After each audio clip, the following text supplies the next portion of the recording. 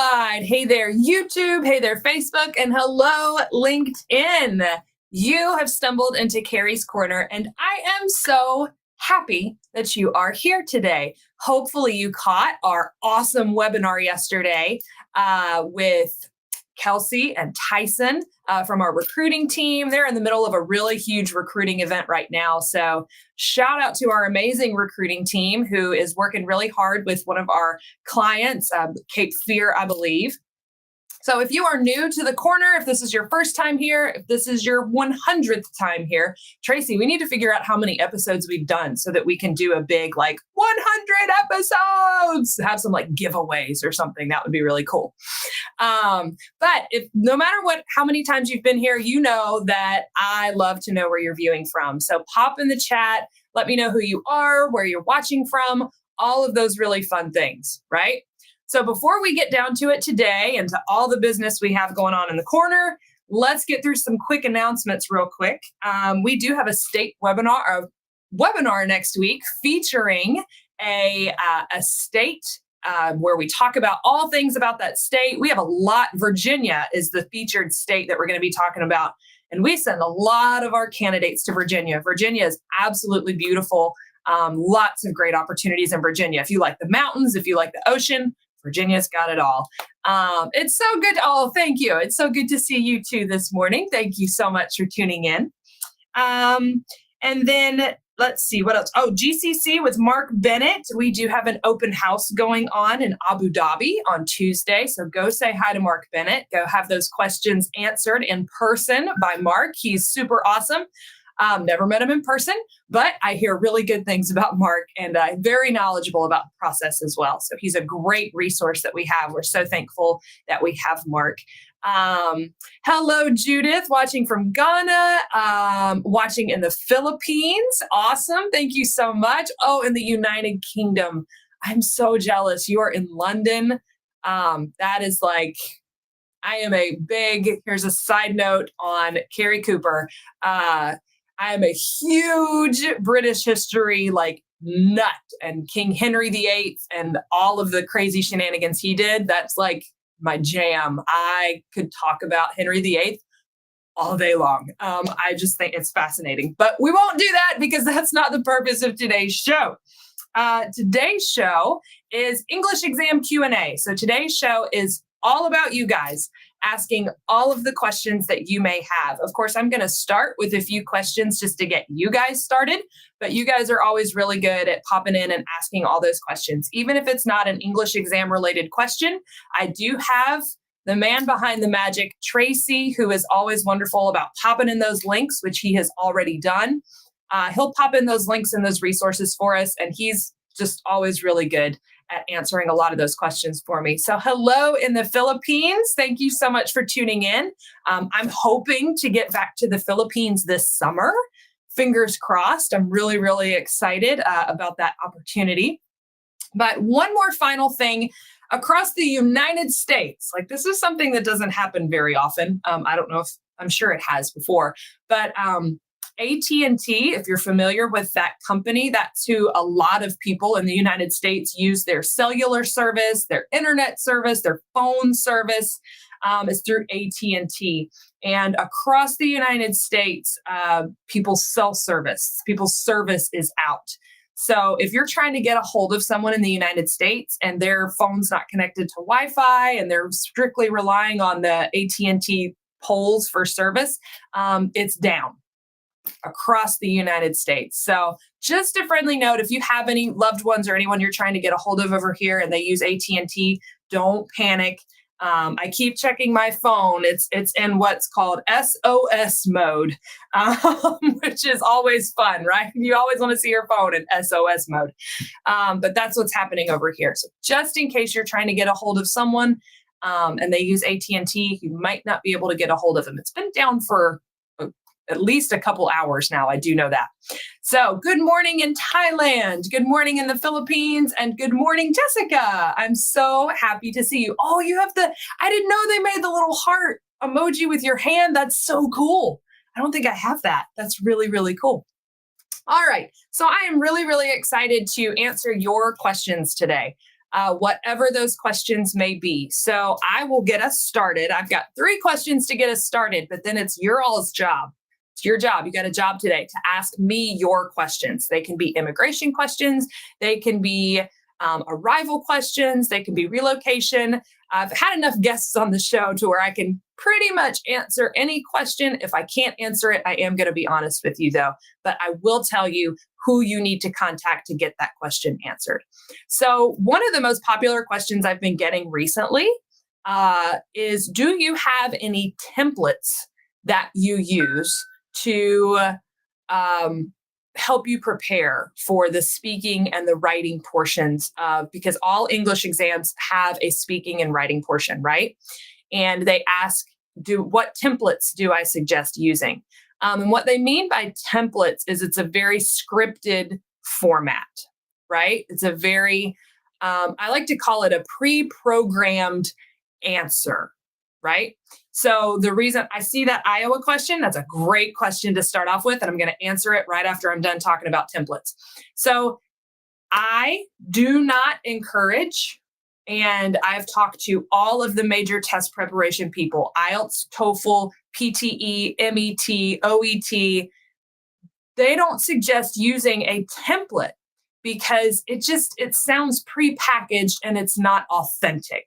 What they're looking for in your speaking exam is your authenticity, your ability to speak English like on the fly and speak English, not having like prepared a response, right? There's another reason I don't suggest using templates, because that involves a feature of like memorization.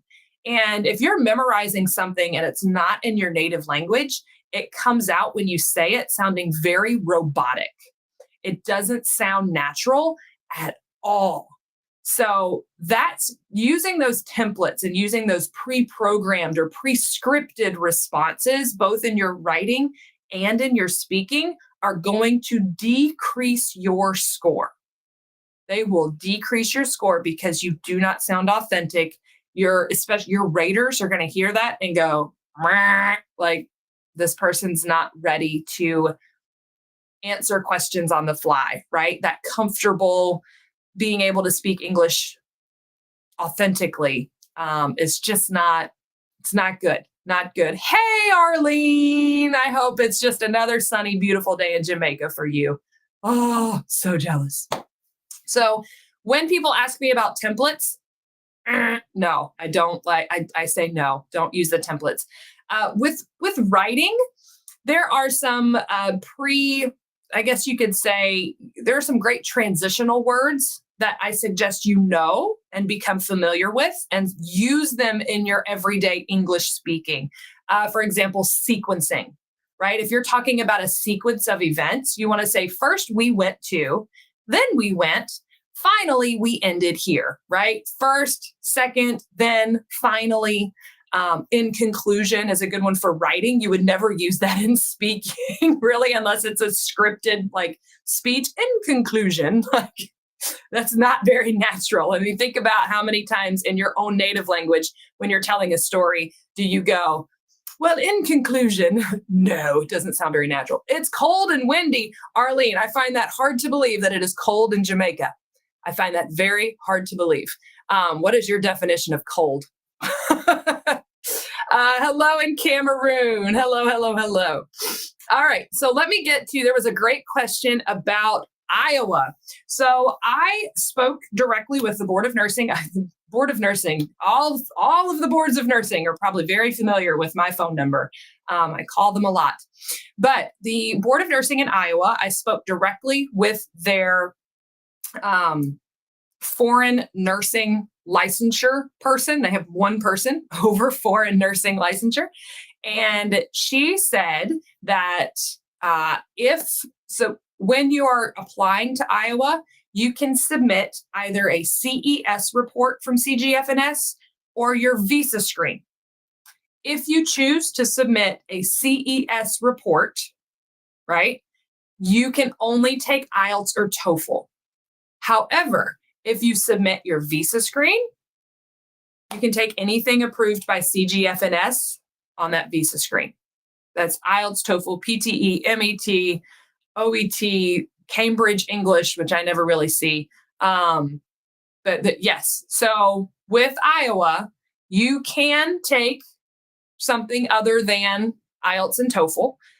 You just would submit the visa screen as part of your licensure and not a CES report.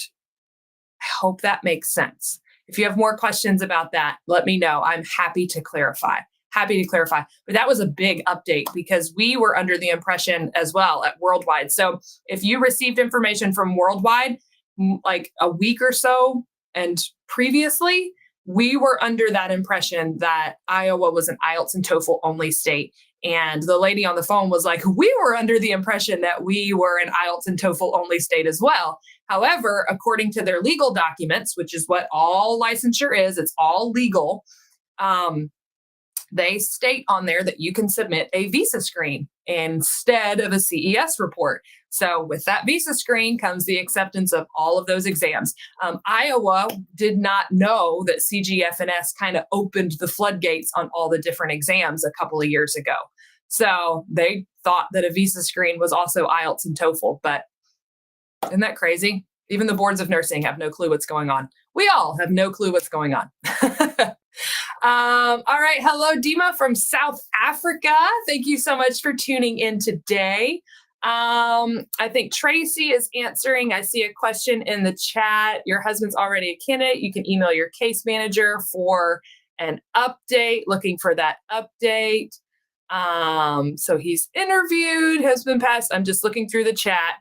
Visa screening until now, no update. Yeah. So there are certain stages in the case management process. So just to clarify, once you've accepted an offer with Worldwide, when you're going through that offer process, you have a recruiter that you're working with, and they're all amazing. Once you accept an offer, you go to a case manager. You're assigned a case manager, and you'll be assigned different case managers because we have what's called phase 1 and phase 2. There are stages of the immigration process where you just kind of sit and twiddle your thumbs and wait. And the reason you do that is because it's no longer in case management's hands. It's no longer in Worldwide's hands. It is in the hands of the US government. Okay. In those early phases, you are with the USCIS. Okay. That's the people who are going to be like approving your petition, right, to come to the United States. In the later phases, you are then transferred to the Department of Labor, or the visa screening department. It's the Department of the State Department, and you go to the visa screening stage. So you have to wait for that to be approved. And then you're going to wait for your embassy interview notice. So how long do we need to wait? That's a fantastic question. It really depends on the processing times that the United States government has got going on. I'm not 100% sure. I don't want to give you a timeline. I do know that if you're from stage 5 to stage 6 and you're waiting on that petition approval, that's a long waiting process. So I do know the visa screen process is not as long. The waiting period is not as long as waiting on your initial petition to be approved. But I do know that there is a waiting period there. So please trust your case manager. We can't do anything to make your petition move faster. We also get the question on premium processing, right? We get that question. And right now we're not doing premium processing because it's just kind of a waste. It's not really doing anything. It's not making your petition move any faster right now. So we don't want to see you waste your money, and we don't want our clients to waste their money either. So you are on stage 9B. Again, yep, you're going to be kind of in a waiting process again. So it can be really frustrating because you've filed, you've done all the things on your end, and now it's just waiting. And I know that waiting feels like forever. I know it does, but it's, I just like to say, pack your patience. Have some patience. Your case manager will update you as soon as we have an update. We are not trying to withhold information. We want to get you here as quickly as we can. Okay? So please trust. Worldwide is not doing anything to make your petition take longer. We are doing everything we can to make it go quickly. So I am going. Let's see. So we've got, does this include New Jersey for license endorsement? Can they accept a visa screen instead of a CES report? My visa screen was done by Joseph Silney in Miami. So I'm very familiar with Joseph Silney. So as far as licensure is concerned in New Jersey, are you worried about taking a particular English exam? I can check to see and make sure that New Jersey will accept Joseph Silney, but New Jersey may still require a CES report. So just so you're aware, let me pull up all my little cheating documents because I have all of this information in some lovely little documents. So I will definitely answer that New Jersey question for you. But I'm wondering if you're just wondering about which exam you can take. But I know the CES report is also it's an additional cost, right? And we are all trying to save money. So let me pull up New Jersey. New Jersey, there it is. New Jersey does require a CES report. Yes. So you do have to have a CES report for New Jersey. So to answer that question, sorry. Is the PTE accepted in Maryland? If you are applying for licensure by endorsement, then yes, the PTE is accepted in Maryland. Yes, absolutely. Let's see, H-1B visa, happy to accept the offer, waiting for your priority date, which is October. Still a long waiting process. Yes. It is a long waiting process. The PTE is not acceptable in Oklahoma. I'm just going to double check that. I always because sometimes you get the wrong information. It happens because that information changes so frequently. I'm just double checking. I have the PTE is accepted in Oklahoma. So I'm not sure where you got that information, Trenton, but according to my documentation, Oklahoma does accept the PTE. You can take the IELTS if you would like to, but I know the PTE is more popular. You get your score report faster. Their scoring is more, friendly. There's a lot less bias in the PTE scoring. So hopefully good news for you, Trenton, to take the PTE. But yeah, if you want to take IELTS, you're welcome to take IELTS too. Both are acceptable for visa screen processing and both are acceptable for licensure in the state of Oklahoma. Watching from Pakistan. Thank you. Thank you so much for tuning in. I'm so happy that you're tuning in. Meredith is in there. There she is. Meredith. Oh, thanks, Meredith. Was added to Maryland for examination too. That's awesome. So what Meredith means by that, just so that I can make sure everybody understands, when you apply for licensure, you have examination and endorsement. Examination means that's the state you're going to take your NCLEX through, or you're going to do the dreaded NCLEX score transfer. It means you don't have a U.S. license yet. And remember, just because you take the NCLEX does not mean you have a U.S. license. So I always encourage you to take your NCLEX through a state like New York. Their processing times may be a little slower, but go ahead and get your license, right? You can go ahead and get your license. The Northern Mariana Islands, NMI is the abbreviation, also another great one because once you get your license there, you can just endorse. And it's a beautiful thing. So those are two that I would suggest you go through when you're looking for places to take the NCLEX and get your license. So if you're applying for examination, meaning you don't have a license yet, Maryland now accepts the PTE as part of their licensure by examination process. So that is fantastic. Thank you, Meredith. I love when all of these things are being updated. Debs has asked what IELTS band score is required for North Carolina. I believe, and I'm going to double check myself, but North Carolina requires the same thing as CGFNS, which is a 6.5 overall and a 7 in speaking. But again, I just want to double check myself. Yes, so 6.5 overall and a 7 in speaking. Same thing as CGFNS. Always a good thing to check. Always ask the score requirements. Does Virginia accept the PTE? Oh, Lordy, Virginia gives me a headache. No, I'm just kidding. Virginia is a beautiful state and great opportunities in Virginia. So Virginia does accept the PTE. It's just that you also have to purchase a CGFNS ICHP visa screen verification letter. Whew, that was a mouthful. CGFNS visa screen ICHP verification letter to accompany your scores when you submit your PTE scores. That's the same for PTE, OET, MET. That's the same for those. Now, if you take IELTS or TOEFL, you do not need to purchase that additional letter.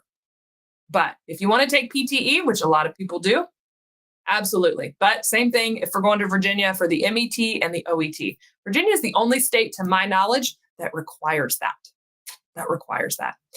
Which is an easier exam to take? OET or IELTS? Oh, what a great question. I will answer the question above that first. PTE is accepted in Florida for license by endorsement. Absolutely. Meredith, you should be proud. I've pretty much got all my PTE states memorized. So let me answer the question of which one's easier, IELTS or TOEFL. I don't like to ever just come out and say, this exam's easier. What I like to do, I did a show earlier on the easiest exam, and I kind of evaluated each section of the exam on which one I found to be possibly more user-friendly or I guess friendly to people who speak English as a second language or third language. OET, from my understanding, is much easier to prepare for, and it's actually going to be more, if we're just comparing OET and IELTS here, OET is going to prepare you for speaking English in your workplace specifically. So you're kind of killing two birds with one stone. IELTS preparation is very much preparing you to speak English on a college campus or being able to go to college and understand and take notes and lectures and being successful at the university level. OET is specifically designed for healthcare workers. So if it were me, and Kari Cooper had to choose between the OET or the IELTS, I would choose the OET just because I like to, like I said, I like to kill two birds with one stone, meaning I like to knock out two things in one attempt. So that's my advice, but it is completely up to you, All right, we've got some great questions coming in. I love all of these questions. You got an email that TOEFL and IELTS are the only ones accepted in Oklahoma, but that is indeed good news. You prefer PTE than the IELTS. I'm here to tell you that 75%, 75 out of 100 people would agree with you. Of our nurses right now, they would rather take the PTE than the IELTS. Honestly, I don't blame them. IELTS is hard and long. They need to do some updating. You hear that, IELTS? Do some updating. Is the PTE accepted in Oregon? And what would be the overall score needed to pass? So the great thing about the PTE, I don't know how you guys did this over at the PTE, Meredith. I have no clue how you did it. I'm pulling up Oregon right now. But yes, Oregon is accepted. It does accept the PTE for endorsement. But the PTE score is the same in all the states. PTE and MET, I'm pretty sure the only two tests where your scoring is the same for every state. It's beautiful. But it's a 55 overall, and no subsection or module lower than a 50. So speaking, listening, reading, and writing all have to score at over a 50. That's true no matter which state you're going to. 55 overall. Okay, so there we go. There's the Oregon question answered. You guys got some, I'm trying to catch up. Is the PT accepted in Texas? It sure is. It sure is accepted in Texas. Absolutely. Absolutely, partner. You are welcome to take the PTE and go to Texas. Good job, Tracy. Yep, Tracy found the information for if you're going to Virginia and you heard me talk about, or you're interested in Virginia and you heard me talk about the Visa Screen ICHP certificate verification letter. Tracy has popped that link into the chat, so make sure you check that out. Is a CES report needed in Washington, D.C.? Of course, I have Washington, D.C. as District of Columbia. I do make sure, this is always fun. I have sometimes candidates will email me and just say, I'm going to Washington, and you're actually going to Washington, D.C. So those are two very different locations. One is on one coast and one is on the other one. So make sure you understand the difference between Washington, D.C., which is our nation's capital, and the state of Washington, which is all the way up in the other corner of the United States. So East Coast, West Coast. Is CES needed for Washington, D.C. by endorsement? Yes, CES is required, a CES report. Most states are going to require a CES report. A lot of them do, and that's just what that means. It's different. So to kind of explain, in the beginning of the process, you do what's called a Carnegie evaluation. And what Carnegie does is they specifically evaluate your academics. They're evaluating your college transcripts to match them up and see if they're equivalent with what we have in the United States. Are they going to be the equivalent of an associate's degree in the United States? Are they going to be the equivalent of a bachelor's degree in the United States? And that's really important because to be an RN, a registered nurse in the United States, you have to have the associate's or bachelor's degree. So that Carnegie evaluation is really important. CGFNS does that and more with a CES report, a credentials evaluation service. They're looking at your licensure. They're looking at your high school transcripts, your college transcripts. You have to submit a passport photo. So CGFNS is also taking into consideration your professional licensure as well. And what they also do, CGFNS with the CES report, this is really, really important if you're going to a state like Georgia. Georgia's a TOEFL only state. They're like, nope, we only want the TOEFL. And a lot of states also have this. If your education was in English, so for example, in the Philippines, I know a lot of our Filipino nurses were educated in English. The CES report will say what your language of instruction was. It says that on the CES report. And if it says that your language of instruction was English, and all your materials were in English, then your English exam requirement is waived and you just need to do the visa screen. Everybody has to do the visa screen unless you're from a very specific list of countries. So hopefully, the more you know, right? Always learning about the process. Hello in South Korea. I enjoyed my time in South Korea. Your fried chicken is amazing. Loved my time in South Korea. What a beautiful place. Absolutely beautiful place. Beautiful people. So excited. Oklahoma. Okay. Oklahoma is waiting to be confirmed for examination. Meredith has also put Oregon not yet for examination, but I do have them for endorsement. Sometimes Meredith and I also often have to communicate about, okay, what do you have versus what do I have? All types of fun. Is IELTS needed for the state of Texas? I'm from South Africa. Well, hello in South Africa. First of all, thank you for tuning in. It's easier for me to answer that question if you tell me how you are applying. Do you have a valid U.S. nursing license? So will you be endorsing your license to Texas, or will you just be applying by examination to Texas? That determines how I answer that question. You can take IELTS, though, either way, for examination or endorsement. How about the PTE in Texas? Again, it just depends on how you're applying. Are you applying for endorsement or examination? I feel like, and Meredith can correct me if I'm wrong, but I feel like PTE is accepted for both examination and endorsement in Texas. I feel like that might be correct. I'm going to check what I have just to make sure. I feel like, but I could be wrong. I could be wrong. It does happen every now and again. Yep, PTE is accepted. So for examination or endorsement, you are good to go in Texas. You are good to go in Texas. Do we have jobs in Texas? Absolutely. Texas is a great big old state. We sure do have jobs in Texas. Lots of things to do in Texas. But if you're trying to live near family, don't just say, okay, we're both going to Texas. Or I'm going to be in Texas with my family. It can take you a full 24 hours to drive from one side of Texas to the other. And that is driving straight through. So make sure if you take a job in Houston and your family is in Dallas, it's going to be a little bit of a hike. So don't think that you're just going to be neighbors.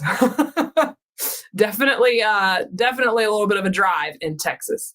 So, pass the NCLEX, current inpatient, what is complete fees, RN green card process? All right, Nadeem, I don't completely understand your question. What do you mean by, are you asking how much is it going to cost you in total? What do we reimburse you for?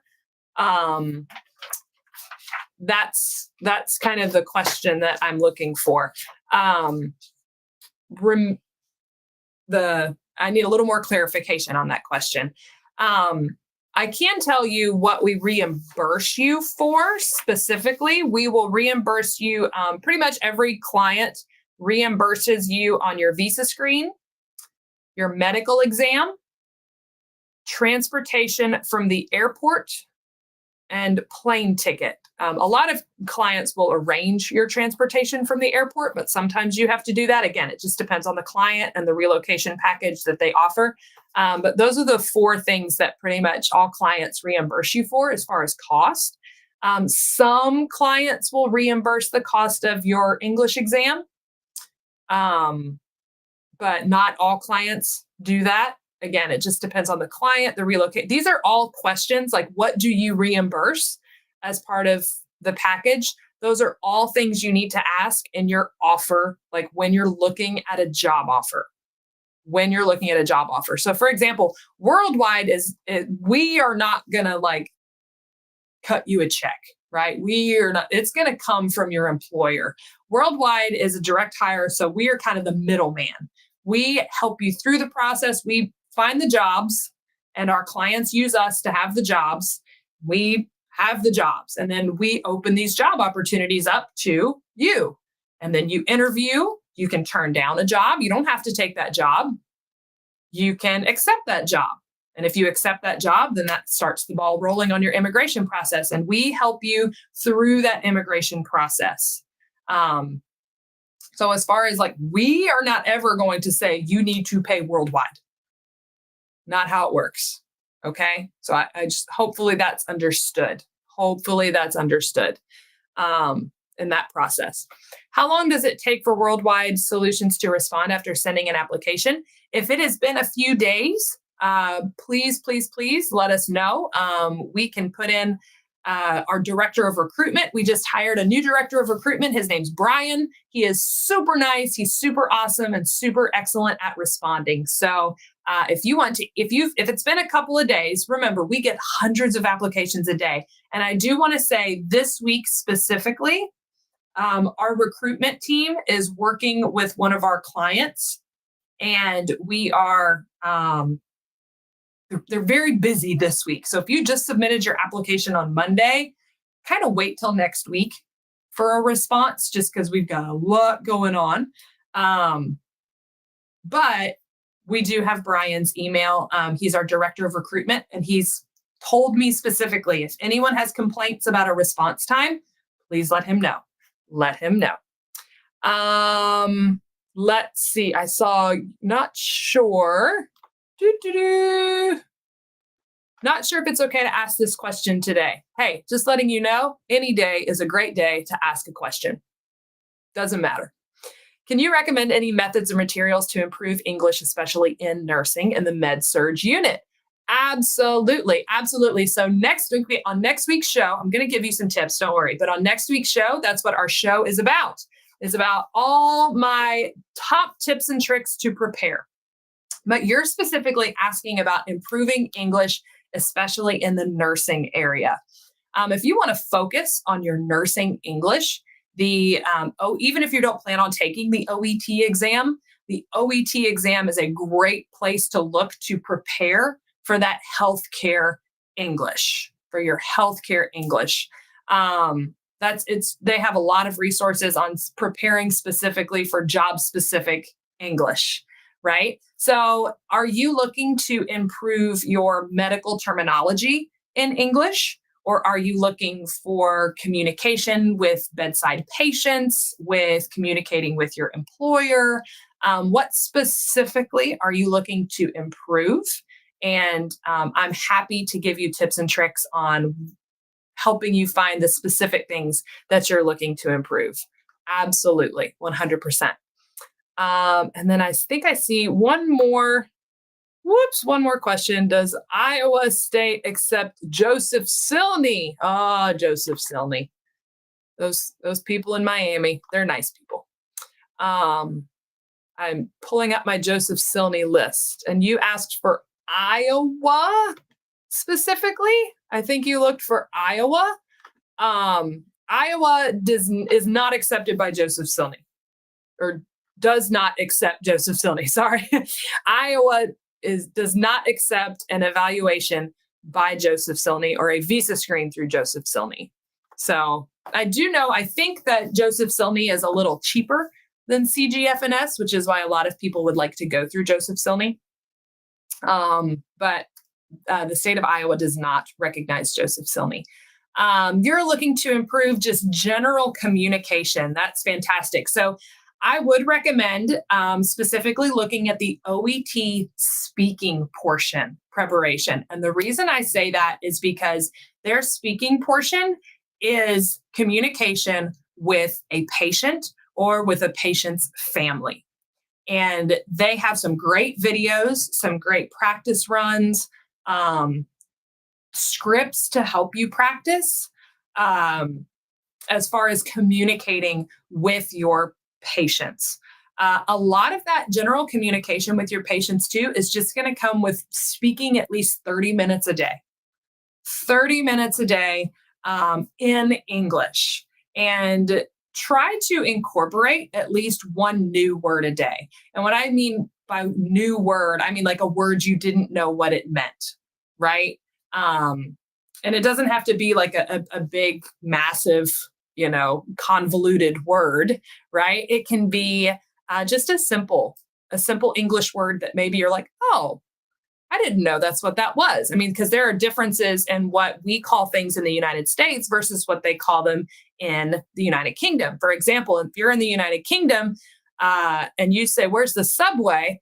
They might point you to a restaurant called Subway, which is great. I'm a big fan of Subway. In London, it's called the Tube. Okay, it's called something different. In the United States, we call it the Subway. So learning kind of some of those differences could be really helpful just for general communication and understanding your patients. Let's see. You have trouble with the writing section of the PTE. Do you have any templates or ways to get a higher score for that part? Oh, I do not do templates. So I always do not suggest templates just because templates are memorized and regurgitated, and it doesn't necessarily mean you understand what you are using. And when you don't understand what you're using, you often use it incorrectly. So I do not suggest using templates. What I do suggest is familiarizing yourself with the test and the format of the test and the types of questions that they're going to ask so that you can be prepared to answer the question no matter what type of question is asked. The Pearson PTE website is a great place to start. If you're a nurse with Worldwide, you can ask your case manager to be enrolled in my free English preparation course. And I have some great tips and tricks for nailing that writing section of the PTE as well. But Pearson PTE website, I believe they've partnered with Mondly, and they together have some really great preparation materials as well, specifically looking at writing. Your friend of mine applied after you, but got a response already. Sometimes that happens. I like to say that comparison is the thief of joy. So if you compare your journey, if you compare yourself to another person and what they're getting and what you're not, it's never going to result in a good thing. It's never going to result in a good feeling. They could have different qualifications than you. So many things could have, been the reason that their resume got pulled. So don't think that just because someone got a response and you didn't means that we're overlooking you. So be patient, be patient. Like I said, we got a lot going on in the office this week. Let's see. I am looking. Trouble with the writing. I think I did that. Processing time for an EB3 visa right now. We're looking at least 18 months, more like 2 years.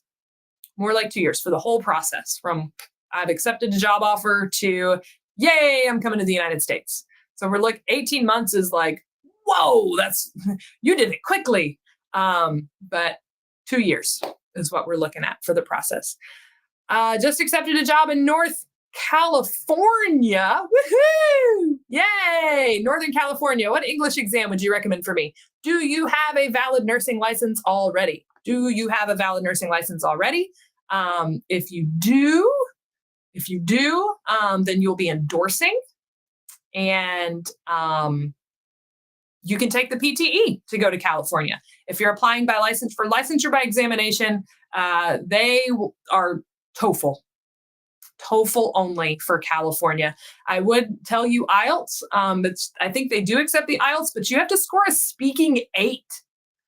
To get an 8 in speaking. Ladies and gentlemen, I'm here to tell you, I don't know if I could get an 8 in the IELTS speaking. That's really hard, but you can do it. I have seen it done. So it can be done.